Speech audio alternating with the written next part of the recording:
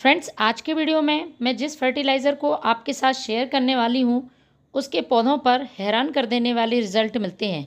पोषक तत्वों से भरपूर ये है एलोवेरा। हम सभी जानते हैं एलोवेरा हमारी सेहत के साथ साथ पौधों की सेहत के लिए बेहद ही फ़ायदेमंद है।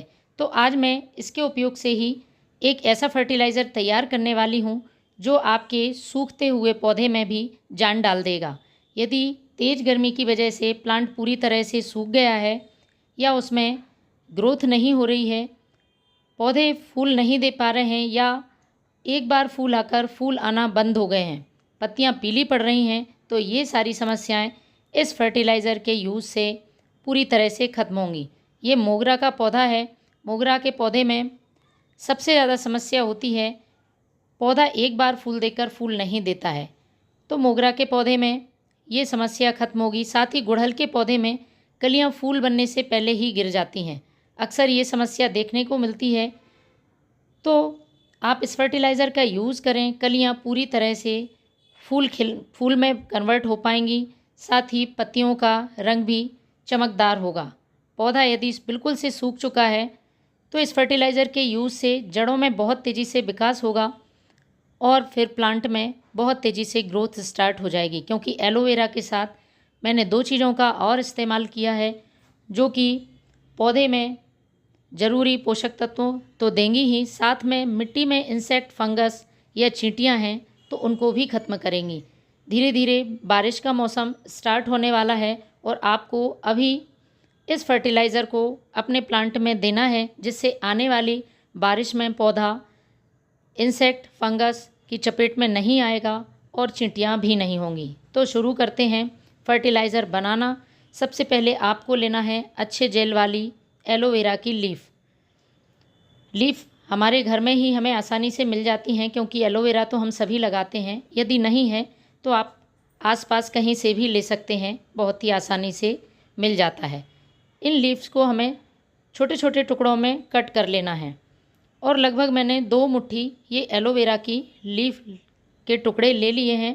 आप पौधों की संख्या के हिसाब से इस फर्टिलाइज़र को कम ज़्यादा बना सकते हैं। मैं 1 लीटर पानी में आपको सारी मात्रा बताऊंगी और आगे चलकर हम इसे डाइल्यूट करेंगे तो बहुत सारे पौधों के लिए ये पर्याप्त होगा। एक लिक्विड फर्टिलाइज़र है, इसलिए आपको इसे तेज़ धूप में नहीं डालना है। सुबह या शाम के समय आप इसका इस्तेमाल करेंगे। यह है केले का छिलका। मैंने केले के छिलके के लिए 1 दिन के लिए हल्का सा सुखा लिया था, जिससे कि इसकी मिठास कम हो जाए।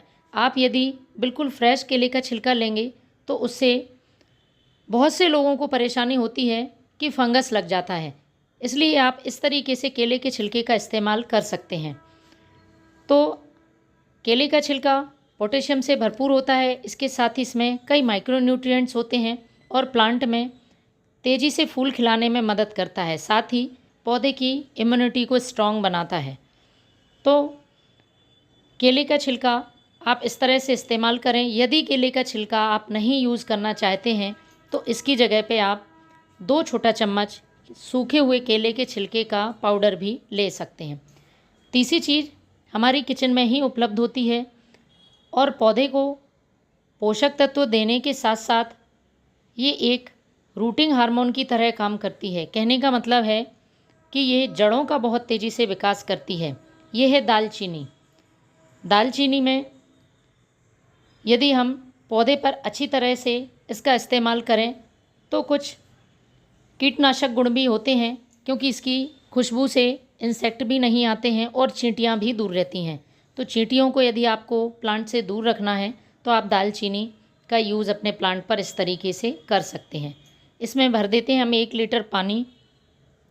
इसको हमें ढककर रखना है लगभग 48 घंटे के लिए। इससे ज़्यादा हमें इसे नहीं रखना है। सेमी शेड एरिया में आप इसे रखें। बहुत से लोगों के कमेंट्स आते हैं एलोवेरा का फर्टिलाइज़ बनने में बहुत ज़्यादा टाइम लग जाता है। तो फ्रेंड्स, ऐसा नहीं है। उसका तरीका बनाने का अलग होता है। जब हम उसे लगभग 25 से 30 दिन के लिए रखते हैं, वो फर्मेंटेशन प्रोसेस अलग होती है और इस तरह से हम फर्टिलाइज़र बनाकर अपने प्लांट्स पर कम समय में भी इस्तेमाल कर सकते हैं। तो 48 घंटे पहले मैंने इस फर्टिलाइज़र को बनने के लिए रखा था कुछ इस तरह से ये फर्टिलाइज़र बनकर तैयार होगा। आप देख पा रहे हैं एलोवेरा पूरी तरह से पानी में गल गया है और उसके सारे पोषक तत्व पानी में आ गए हैं। अब हमें इसको ऐसे ही यूज़ नहीं करना है, पहले हम इसको डाइल्यूट करेंगे। तो डाइल्यूट जब भी आप किसी लिक्विड फर्टिलाइज़र का अपने पौधों पर इस्तेमाल कर रहे हैं, कोई सा भी हो, उसको बिना डाइल्यूट करे आपको नहीं डालना है। डाइल्यूट करने के लिए जितना भाग आप फर्टिलाइज़र ले रहे हैं उसका कम से कम 5 गुना आपको सादा पानी लेना है। आप 6 से 7 गुना सादा पानी भी डाल सकते हैं जब भी आप अपने प्लांट पर पहली बार इस तरह के फर्टिलाइज़र का यूज़ कर रहे हैं, तो आप उसको ज़्यादा डाइल्यूट कर लें। तो इस तरह से मैं इसे डाइल्यूट कर लेती हूँ। इस फर्टिलाइज़र को हमें अपने सभी प्लांट्स में, चाहे वो फूलों वाले पौधे हों, फलों वाले पौधे हों या सब्जियों वाले पौधे, सभी पर इस्तेमाल कर सकते हैं। पॉट की साइज़ के हिसाब से आपको, बड़ा पॉट है तो 100 से 150 ml आप यूज़ करें। और इस तरह से छानने के बाद जो भी सामग्री बच जाती है उसका आप कंपोस्ट में इस्तेमाल कर सकते हैं। तो अपने पौधों में छोटा पॉट है तो 50 से 100 ml और बड़ा है तो 100 से 150 ml सभी पौधों की मिट्टी में डाल दें। जब भी फर्टिलाइज़र यूज़ कर रहे हैं, एक दिन पहले मिट्टी की अच्छी तरह से गुड़ाई कर लें, उसमें से खरपतवार कचरा हटा लें और महीने में एक बार इस फर्टिलाइज़र का यूज़ ज़रूर करें। आपको अपने पौधों पर बहुत अच्छे रिज़ल्ट देखने को मिलेंगे। Thank you.